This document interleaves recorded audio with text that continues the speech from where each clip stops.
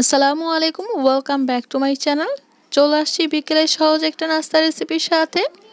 আশা করি নাস্তাটা প্রত্যেকের কাছেই ভালো লাগবে, কেননা নাস্তাটা তৈরি করা অত্যন্ত সোজা। হাতে থাকা মাত্র 10 মিনিটের মাধ্যমেই তৈরি করে নিতে পারবেন।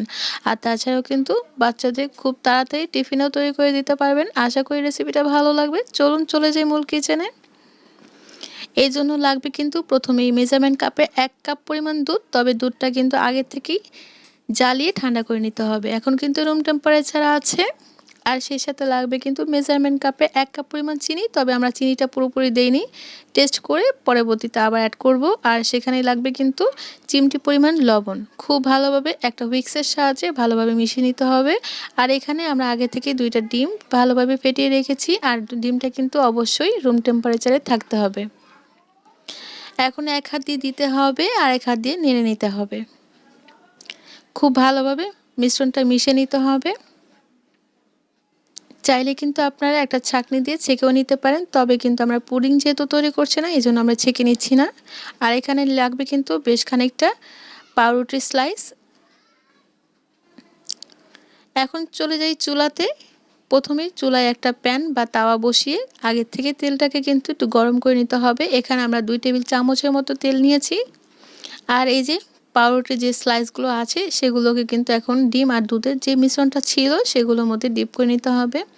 খুব ভালোভাবে ডিপ করতে হবে, এতে করে কিন্তু জিনিসটা আর কি পাউরুটিটা খুব বেশি তুলতুলে হবে।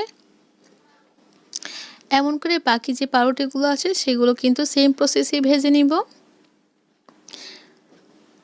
তো এক পাশ লাল হয়ে গেলে কিন্তু আমরা অপর পাশটা ভেজে নিব উল্টে। খুব সতর্কতার সাহায্যে কিন্তু উল্টে নিতে হবে, তা না হলে কিন্তু হাতে গরম তেলটা ছিটে আসবে।